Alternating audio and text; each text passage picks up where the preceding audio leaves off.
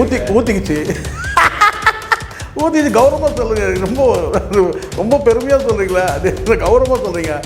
விட்டு தள்ளுங்க. ஊற்றிக்கிச்சுன்னு சொல்லுங்கள். இந்த கேஸ் கிட்டத்தட்ட அப்படி தான் இருக்குது. இந்த ஜனநாயகன் கேஸை பொறுத்த வரைக்கும் இது இன்னும் நின்ன பாடா தெரியல. படம் வருமா? வரும், ஆனால் வராது. அப்படி தான் இருக்குது. வரும், ஆனால் வராது. ஏன்னா அடுத்து ஆறுன கஞ்சி பழைய கஞ்சி இந்த மாதிரி கேட்டால் எனக்கு தெரியும் கட்சிக்காரன் வேணால் போய் பார்த்துட்டே இருப்பான். இப்போ கூட என்ன கேட்டால் பொங்கல் இந்த எலெக்ஷன் முன்னாடி ரிலீஸ் ஆச்சுன்னா ஓடாததான் ஓட வைப்பானுங்க. அது வேணால் நடக்கும். விஜய் விசிலால் கெடுவான் அப்படி சொல்லுங்கள். தவளை தன் வாயால் கெடுற மாதிரி விஜய் வந்து தன் விசிலால் கெடுப்பான், அல்லது விஜய் தன் வாயால் கெடுவான். வாய்க்கு பதில் இப்போ விசிலை போட்டுங்க. விஜய் தன் விசிலால் கெடுவான். தலைவருக்குள்ள தகுதி இருக்கா சார்? முதல்ல மண்டையில் ஃபுல்லாக களிமண் வச்சுருக்கிறான்றதை ஊரே பேச ஆரம்பிச்சிச்சு. முழுக்க ஊர் முழுக்க இதான் பேச்சுன்னு. விஜய்க்கு வந்து அரசியல் அறிவு மட்டும் இல்லாமல் அடிப்படை அறிவே இல்லை, பொது அறிவே இல்லை, சுத்தமாக காமன் சென்ஸே இல்லை. இல்லைனா வந்து பார்த்தீங்கன்னா விசில் அடிப்பானா சார்? அங்கே போய் நின்றுட்டு அந்த விசில் வாங்கிக்கிட்டு இல்லை தான் சின்ன வாங்கினா கூட கிழிச்சாரு செங்கோட்டையை போய். அப்போ சார் ஏதோ போகணும். செங்கோட்டையை வச்சுட்டு எப்படா ஊழலை ஒழிப்பேன் நான் கேட்குறேன். செங்கோட்டை இருந்தால் அந்த ஸ்டேஜில் உட்காந்துருக்கிறார் சார். செங்கோட்டையன் ஊழல்வாதி கிடையாதா? இவன் சாராய வியாபாரி, லாட்ரி வியாபாரி, கல்வி வியாபாரி, இவன் சினிமா வியாபாரி, இத்தனை பேரை வச்சுட்டு ஊழல் போட்டு கீழ்ச்சாதீங்க. அங்கே உட்காந்துட்டு எல்லாம் பிளாக்ல டிக்கெட் இருக்கிற பசங்களுக்கு வந்து போஸ்டிங்கை கொடுத்துட்டு மாவட்ட நிர்வாகி மாநில நிர்வாகி கொடுத்துட்டு அப்புறம் ஊழலை ஒழிக்கிற கீழ்ச்சார் ஊழல் ஒழிக்கிறதுக்கு இவரே அதை உடனே கவுண்டர் கொடுக்குறான். அந்த சேலத்துலேருந்து எவனோ ஒருத்தர் சரண் வந்து ஒரு தருதலை அவன் பிளாக்ல டிக்கெட் வச்சே போச்சோன்னா அவன் நிறைய செய்தி அனுப்புகிறாங்க அவனை பற்றி. என்ன அவன் சொல்கிறான் வந்து பார்த்தீங்கன்னா நான் வந்து பேசும்போது சொல்கிறான், அண்ணன் அவர்களுக்கும் சேர்த்தே சொல்லிக் கொள்கிறேன், இது ஊழலை ஒழிக்க வந்த விசில், இது அறிவு இருக்கடா. அவனே பிளாக்ல டிக்கெட் வைக்கிறானா சார்? சார் வணக்கம். வணக்கம் சார். வணக்கம்.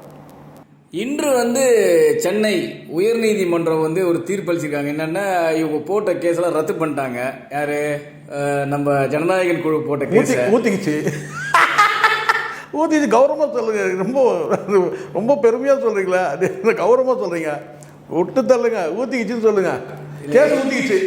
எனக்கு என்ன கேள்வி கேட்க தோணுதுன்னா, இந்த மாநாடு படத்தில் எஸ்ஜே சூர்யா ஒவ்வொரு அடி தூங்கி எழுந்துப்பாரு, அதே நாளே திரும்ப வரும். இந்த தாவேக்கான்ஸும் இந்த விஜய் ரசிகர்கள் என்ன பண்ணுறாங்கன்னா ஒவ்வொரு நாளும் தூங்கி கேஸ் வரும்போது எழுந்து உட்காடுறாங்க. இதுதான் மீம் கிரியேட்டர் திருப்பி சோண்டு படுத்துக்கிறாங்க அப்படியே. அதாவது போதையில் இருக்கிறவங்க பார்த்தீங்கன்னா சர்க்கஸ் எழுந்து நிற்கிறதுக்கு ட்ரை பண்ணுவான் சார். இது திருப்பி விழுந்துருவான், திருப்பி விட மாட்டான். இது மறுபடியும் எழுந்து நிற்பான், திருப்பி அப்படி விழுவான். எழுந்து நிற்கும் போது அப்படி விழுவான். ஒரு தடவை நீங்கள் ஒரு ரீலில் கூட வந்தது, பைக்கில் ஏறி உட்காரத்துக்கு ட்ரை பண்ணுவான் சார். இது அந்த பக்கம் விழுந்துருவான், திருப்பி இப்படி வந்து மறுபடியும் பிடிச்சி பைக்கை கெட்டியாக பிடிப்பான், ஏறி உட்காந்து ட்ரை பண்ணுவான், மறுபடியும் விழுந்துருவான். இந்த கேஸ் கிட்டத்தட்ட அப்படி தான் இருக்குது. இந்த ஜனநாயகன் கேஸை பொறுத்த வரைக்கும் இது இன்னும் நின்ன பாடா தெரியல. படம் வருமா? வரும், ஆனால் வராது.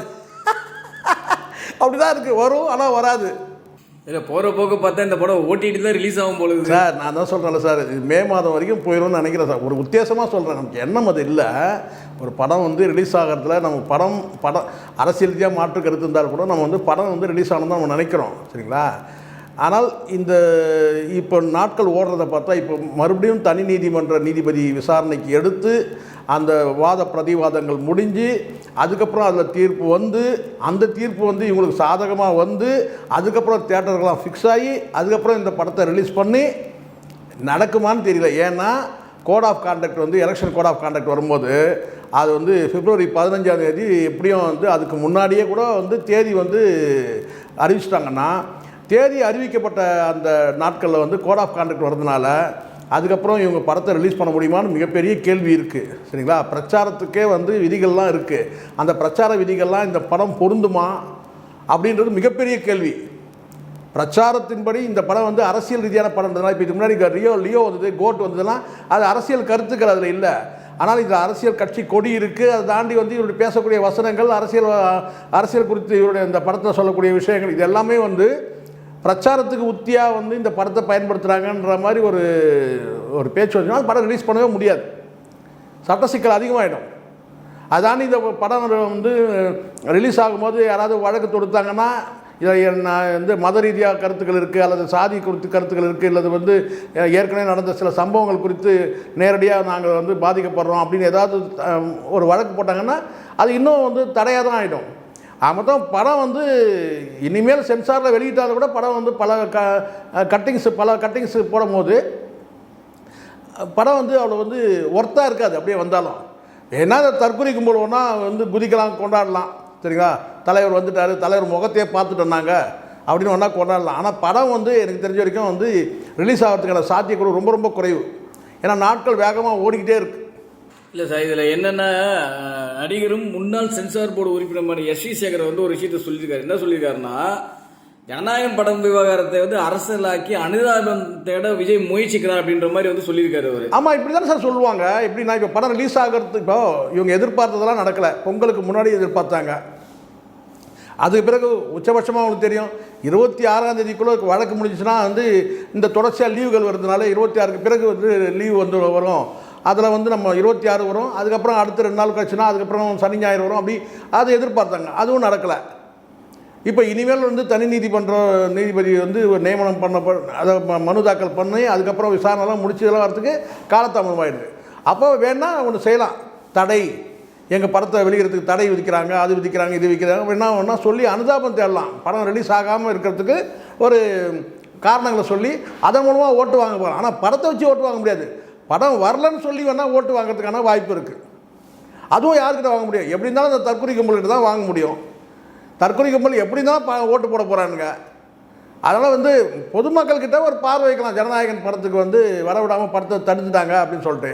ஆனால் உண்மையான காரணங்கள்ன்றது எல்லாம் என்னன்றது அடுத்த 2-3 நாளில் தெரிஞ்சு. இப்போ நீதிமன்ற நீதிபதி இந்த விசாரணைக்கு வரும்போது கண்டிப்பாக அதில் என்ன பிரச்சனை இருக்குது, இவங்க என்ன டேர்ம்ஸ் சொல்கிறாங்க, இவங்க என்ன கண்டிஷன் வந்து போடுறாங்க, அதெல்லாம் இவங்க படத்தெல்லாம் அந்த காட்சியெல்லாம் நீக்கிறாங்களா, இல்லை அதை தாண்டி என்ன ஆவணங்கள்லாம் தாக்கல் பண்ணோம். இப்போ இராணுவம் குறித்த காட்சிகள் வரும்போது வந்து இராணுவ அந்த துறையில் வந்து பார்த்திங்கன்னா வந்து அனுமதி கடிதங்கள்லாம் கொடுக்கணும்னு சொல்கிறாங்க.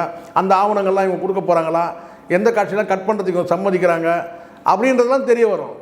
ஆனால் ஒன்று மட்டும் உறுதி, படம் வெளியாவதற்கான வாய்ப்புகள் மிக மிக குறைவுன்றதுனால தான் நான் முதல்ல சொன்ன உதாரணம், ஏறி வண்டியில் உட்காரும் போது தடுமாறி கீழே விழுறாங்க, அந்த மாதிரி கதை தான் இது. அது எடுக்கும் போதே ஒழுங்கு சார், திட்டமிடல் ரொம்ப ரொம்ப முக்கியம் முருகன் சார். திட்டமிடல். இவங்க டிசம்பரில் தீபாவளிக்கு படத்தை ரிலீஸ் பண்ணணும்னு தான் இவங்க எய்ம் பண்ணாங்க. அதை கடந்து போனது தான் இவங்க பண்ண முதல் தப்பே. ஏன்னா 2026 அந்த தேர்தல் நெருக்கத்தில் இதை ஒரு வந்து பொங்கலில் ரிலீஸ் பண்ணோம்னா இந்த படம் வந்து வரலாம். அது பொங்கல் வந்து பார்த்திங்கன்னா வந்து அந்த நேரத்தில் வந்து பராசக்தி ரிலீஸ் ஆனோடனே அதில் ஒரு தயக்கம் இருந்தது. இப்போ என்னன்னு கேட்டால், இப்போ சரி அப்படியே படம் இவங்க ஒரு படம் ரிலீஸ் ஆகியிருந்தாலும் வந்து பார்த்திங்கன்னா இதுவும் படம் வந்து பெருசாக ஓடி இருக்கலாம் சொல்ல முடியாது. இப்போவே வந்து பார்த்திங்கன்னா வந்து வாய்ப்பு ரொம்ப குறைவு. ஏன்னா அடுத்து ஆறுன கஞ்சி பழைய கஞ்சின்ற மாதிரி கேட்டால் எனக்கு தெரியும் கட்சிக்காரன் வேணால் போய் பார்த்துட்டே இருப்பான். இப்போ கூட என்னன்னு கேட்டால் பொங்கல் இந்த எலெக்ஷனுக்கு முன்னாடி ரிலீஸ் ஆச்சுன்னா ஓடாதட்டெலாம் ஓட வைப்பானுங்க. அது வேணால் நடக்கும். இல்லை சார், அது என்னென்னா இப்போ நடக்கிற சிக்கலை பார்த்தா தேர்தலுக்கு முன்னாடி வர்றதுக்கு வாய்ப்பே இல்லை அப்படின்னு தான் சொல்கிறாங்க. ஏன்னா கோட் ஆஃப் கான்டக்ட் ரொம்ப முக்கியம் சார். இப்போ பிரச்சனை பாருங்கள், இது தேர்தல் வந்து அறிவிப்பு கொடுத்துட்டாங்கன்னா 15 நாள் வந்து மனு தாக்கல் பண்ணுறது, மனு விட்ரா பண்ணுறது, அடுத்தது வந்து ஒரு மாத காலம் பிரச்சாரத்துக்கானது. இதில் வந்து கோட் ஆஃப் கான்டக்ட் வரும்போது பார்த்தா இவருடைய படம் வந்து அரசியல் சார்ந்த அரசியல் கருத்துக்கள், அதாவது மத ரீதியான கருத்துக்கள், அதில் வந்து இவருடைய அரசியல் கட்சி கொடி இதெல்லாம் வந்து படத்தில் வர்றதுனால பிரச்சாரத்தோட உத்தியாக வந்து படத்தை பார்க்கும்போது அந்த படம் வந்து கோட் ஆஃப் கான்டக்ட் படி படம் வந்து தடை செய்யப்படும். எலெக்ஷன் கமிஷன் தடை பண்ணும். சென்சார் போர்டு வந்து கொடுக்கறது வேறு.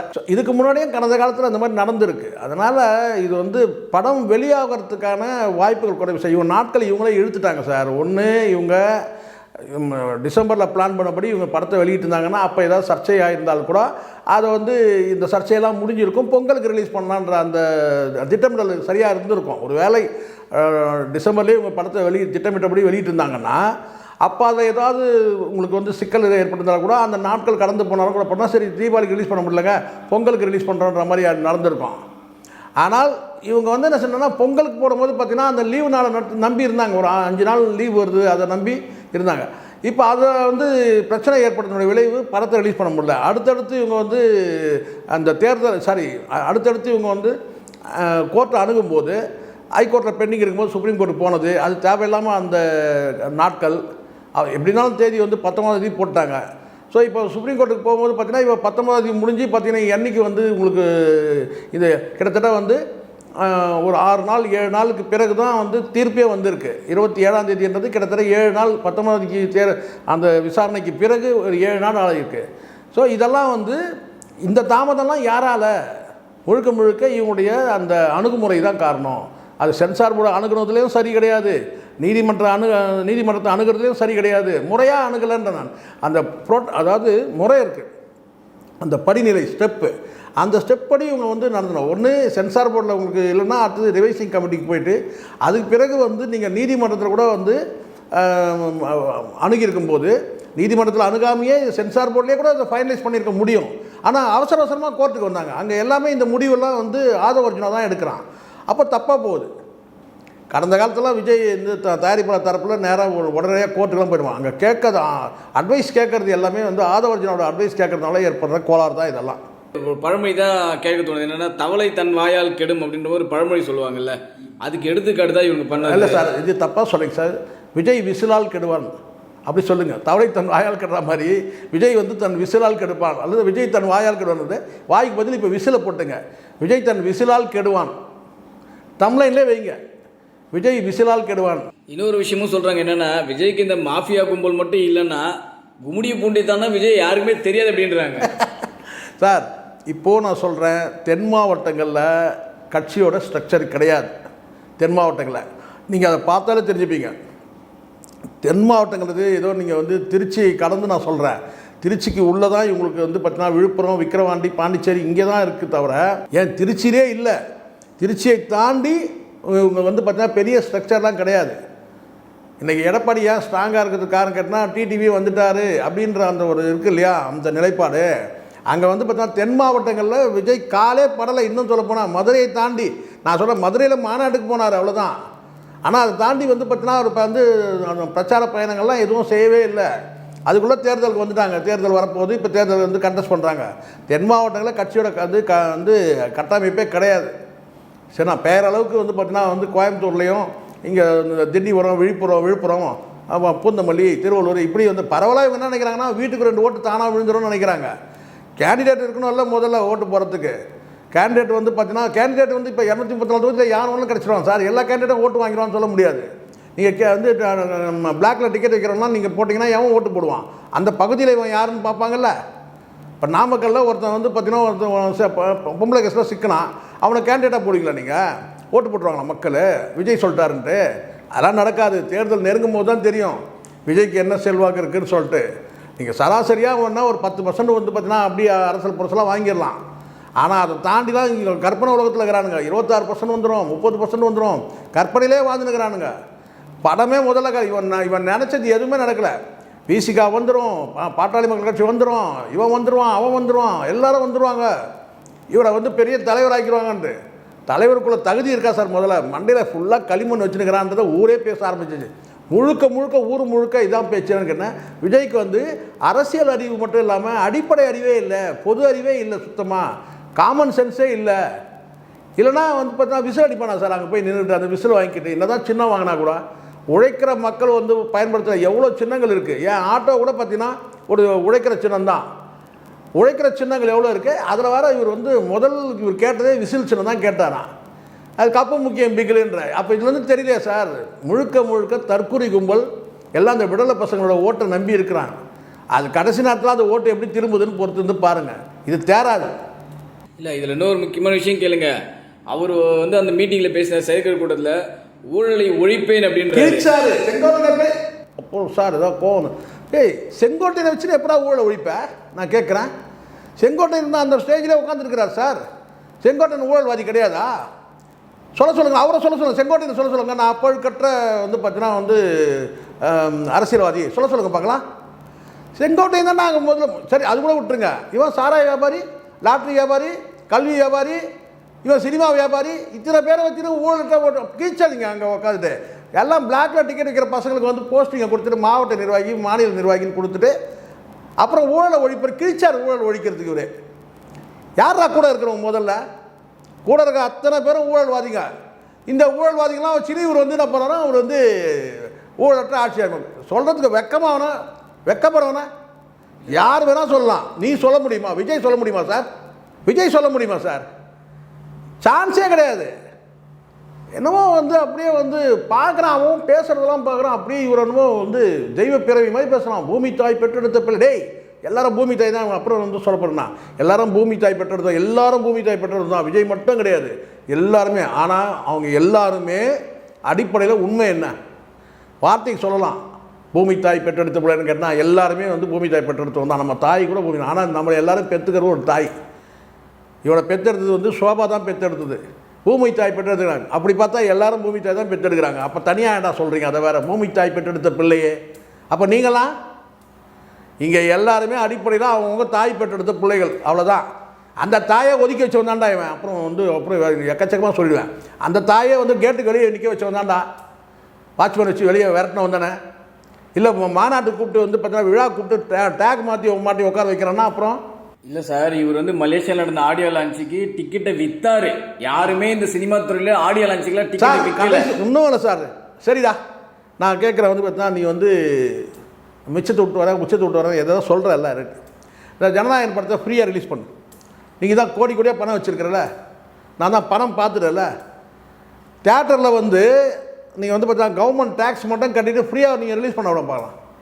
தியேட்டருக்கு தேவையான வந்து ஃபண்டை கொடுத்துட்டு தியேட்டருக்கு என்ன பர்சன்டேஜ் கிடைக்குமோ அதை நீங்கள் வந்து தியேட்டருக்கு கட்டிட்டு படத்தை ரிலீஸ் பண்ண பார்க்கலாம். டேக்ஸையும் தியேட்டருக்கு தேவையான படத்தை கட்டிட்டு நீ படத்தை ரிலீஸ் பண்ண பார்க்கலாம். தயாரிப்பாளருக்கு தேவையான ஃபண்டை கொடுத்தீங்கன்னா கடைசி படம் தானே, ஃப்ரீயாக பார்க்கணும் ரசிகர்கள், படம் பார்க்கலாம். சவால் விட்டு சொல்கிறேன், விஜயில் முடியுமா? அரசு வரியும் வந்து தியேட்டருக்கு தேவையான படத்தை கொடுத்துட்டு தயாரிப்பாளருக்கு தேவையான படத்தை கொடுத்துட்டு படத்தை ஃப்ரீயாக ரிலீஸ் பண்ணுறா பார்க்கலாம். பண்ணுவியா நீ? கடைசி படம் தானே, பண்ணுறா பார்க்கலாம். சார் இப்போவே 3000 வைக்கலாமா 4000 வைக்கலாமான்னு அதான் சொன்னேன் சார். அதை வந்து பேசுகிறான் வந்து செங்கோட்டை நல்லவன் கெட்டவெல்லாம் விட்டுருங்க, நேராக வந்து பேசுகிறாரு. விசில்லாம் வயசானவங்க காதில் விசில் அடிக்காதீங்கன்னு பேசுகிறாரு. என்ன ஓட்டு போட மாட்டாங்க, எரிச்சல் விட்டாதீங்க, விசில் ஊதின்னு சொல்கிறாரு. நல்ல அட்வைஸ் கொடுக்குறாரு. அதை உடனே கவுண்டர் கொடுக்குறான். அந்த சேலத்துலேருந்து எவனோ ஒருத்தர் சரண் வந்து ஒரு தருதலை இந்த அவன் பிளாக்ல டிக்கெட் வச்சே போச்சோன்னா அவன் நிறைய செய்தி அனுப்புகிறாங்க அவனை பற்றி. என்ன அவன் சொல்கிறான் வந்து பார்த்தீங்கன்னா, அங்கே வந்து பேசும்போது சொல்கிறான், அண்ணன் அவர்களுக்கும் சேர்த்தே சொல்லிக்கொள்கிறேன், இது ஊழலை ஒழிக்க வந்த விசில், இது அறிவு இருக்கடா. அவனே பிளாக்ல டிக்கெட் விற்கிறானா சார்? பிளாக்ல டிக்கெட் விற்று தான் அவன் பிழைப்பேவான். அவன் வந்து பேசுகிறான் கேட்டால் அண்ணன் அவர்களுக்கு நான் சொல்லிக்கிறேன். யாருக்கு கவுண்டர் யார் கொடுக்குறது பாருங்கள். செங்கோட்டையனுக்கு கவுண்டர் வந்து இவர் கொடுக்குறான். அண்ணன் அவர்களுக்கு சொல்லிக்கொள்ள விரும்ப ஆசைப்படுகிறேன். அண்ணன் அவர் சொல்லலாமா முதல்ல? ஒரு இதெல்லாம் செங்கோட்டையனுக்கு தேவையா?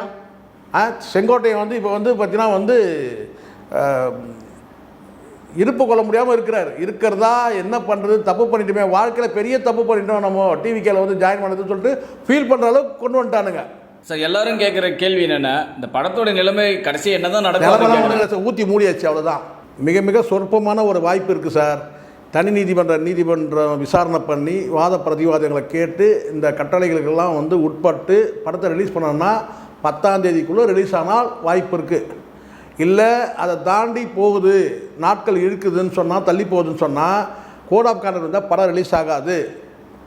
இப்போவே படம் வந்தால் ஃப்ளாப் தான். ஆனால் ஃப்ளாப் ஆக்காமல் படத்தை ஓட்டுவானுங்க. இவனுக்கு தான் ஓடாத படத்தை ஓட்டுற உத்தி இருக்குல்ல சார் இவங்களுக்கு. அப்புறம் சொல்லுங்கன்னா படத்தை ஓட வைப்பானுங்க. அது வேணால் நடக்கும். தியேட்டர்கள் பணம் கொடுத்துட்டா ஓட்டுவாங்க. வேறு என்ன செய்ய முடியும்? ஃபண்டு வருது, வேறு புது படங்கள் எதுவும் கிடையாது, அப்போ ஓட்டுவாங்க. அது வேணால் நடக்கும். ஆனால் படம் வந்து நீதிமன்றத்தில் வழக்கெல்லாம் முடிஞ்சு வந்து 10ஆம் தேதிக்குள்ளே வரலன்னா படத்தை வந்து ரிலீஸ் பண்ண முடியாது. ஏன்னா code of conduct, election code of conduct வந்துடும். இவ்வளோதான். இது போல பல வீடியோக்களை கண்டு மகிழ எங்களது ரீசன்ட் வாய்ஸ் சேனலை மறக்காம சப்ஸ்கிரைப் பண்ணுங்க.